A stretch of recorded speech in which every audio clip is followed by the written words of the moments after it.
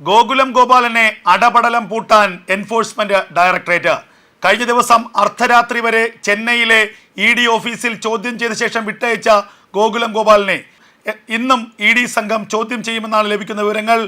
അതിശക്തമായ നിർണായകമായ തെളിവുകൾ കഴിഞ്ഞ ദിവസം നടന്ന പരിശോധനയിൽ ഇ ഡിക്ക് ലഭിച്ചു എന്നുള്ള സൂചനകളും പുറത്തു വരുന്നു. 1000 കോടി രൂപയുടെ കള്ളപ്പണ ഇടപാടുകളാണ് ഗോകുലം ഗ്രൂപ്പ് നടത്തിയതെന്ന് ഇ ഡിയുടെ പരിശോധനയിൽ കണ്ടെത്തിയതായാണ് സൂചന. ഈ കേസിൽ ഗോകുലം ഗോപാലനെ ഇന്നും ഇ ഡി ചോദ്യം ചെയ്യും. ആവശ്യമെങ്കിൽ ഗോകുലം ഗോപാലനെ കസ്റ്റഡിയിലെടുക്കുമെന്നാണ് ലഭിക്കുന്ന സൂചനകൾ. എമ്പുരാൻ സിനിമയുമായി ബന്ധപ്പെട്ട് വന്ന വിവാദങ്ങൾക്ക് പിന്നാലെയാണ് എമ്പുരാൻ സിനിമയ്ക്ക് സമാനമായ അന്വേഷണത്തിലേക്ക് ഇ ഡി എത്തിയിരിക്കുന്നത്. എമ്പുരാൻ സിനിമയിൽ മഞ്ജു വാര്യർ അവതരിപ്പിക്കുന്ന കഥാപാത്രത്തിനെയാണ് ഇ ഡി വട്ടമിട്ടതെങ്കിൽ ഇവിടെ എമ്പുരാന്റെ നിർമ്മാണ പങ്കാളികളിൽ ഒരാളായ ഗോകുലം ഗോപാലിനെയാണ് ഇ ഡി വട്ടമിട്ടിരിക്കുന്നത്. കഴിഞ്ഞ ദിവസം പുലർച്ചെ 3 മണിയോടുകൂടിയാണ് ചെന്നൈയിലെയും കോഴിക്കോട്ടെയും ഗോകുലം ഗ്രൂപ്പിന്റെ ഓഫീസുകളിൽ റെയ്ഡ് നടന്നത്.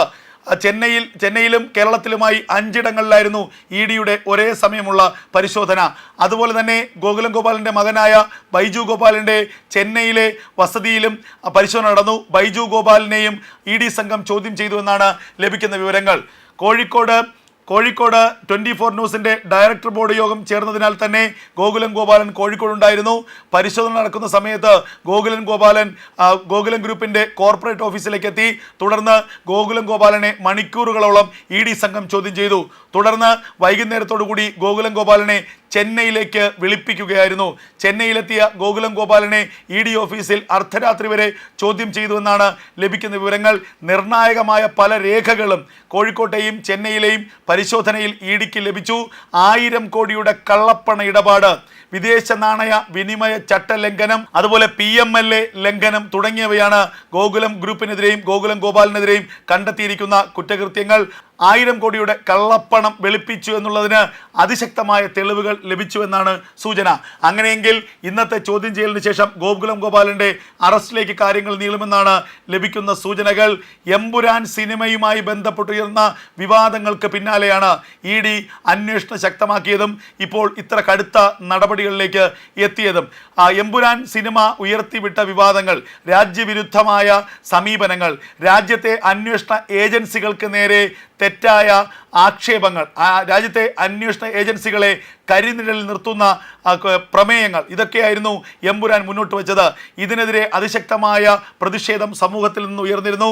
പ്രത്യേകിച്ച് സംഘപരിവാർ അനുകൂല സംഘടനകൾ, BJP അടക്കമുള്ള പാർട്ടികളിൽ നിന്ന് ഉയർന്നിരുന്നു.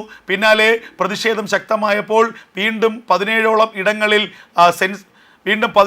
ഇടങ്ങളിൽ റീ എഡിറ്റ് ചെയ്താണ്, റീസെൻസറിങ് ചെയ്ത് സിനിമ ഇപ്പോൾ പ്രദർശിപ്പിക്കുന്നത്.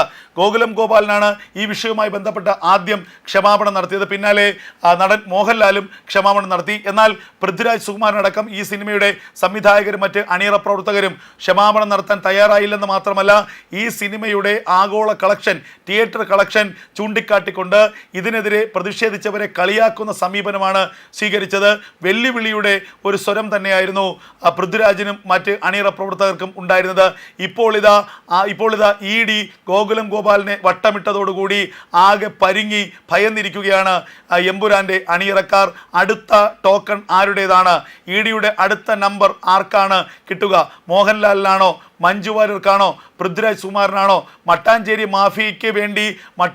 മാഫിയയെ തൃപ്തിപ്പെടുത്താൻ വേണ്ടി പൃഥ്വിരാജ് നടത്തിയ ആ നീക്കം ഗോകുലം ഗോപാലിന് വലിയ പാരയാവുകയായിരുന്നു.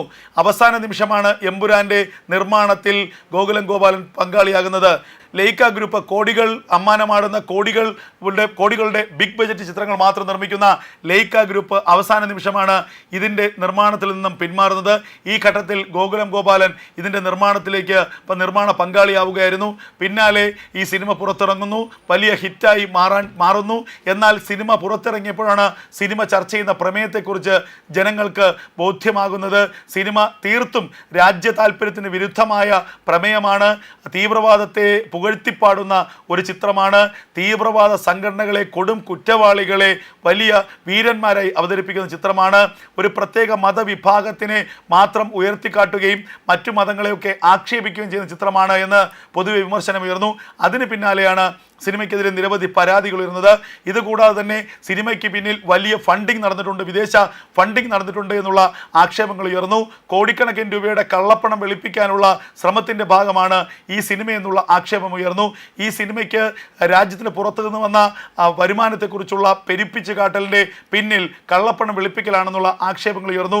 അതിനൊക്കെ പിന്നാലെ നിരവധി പരാതികളാണ് NIAയ്ക്കും EDക്കും അടക്കം കേന്ദ്ര ഏജൻസികൾക്ക് ലഭിച്ചത്.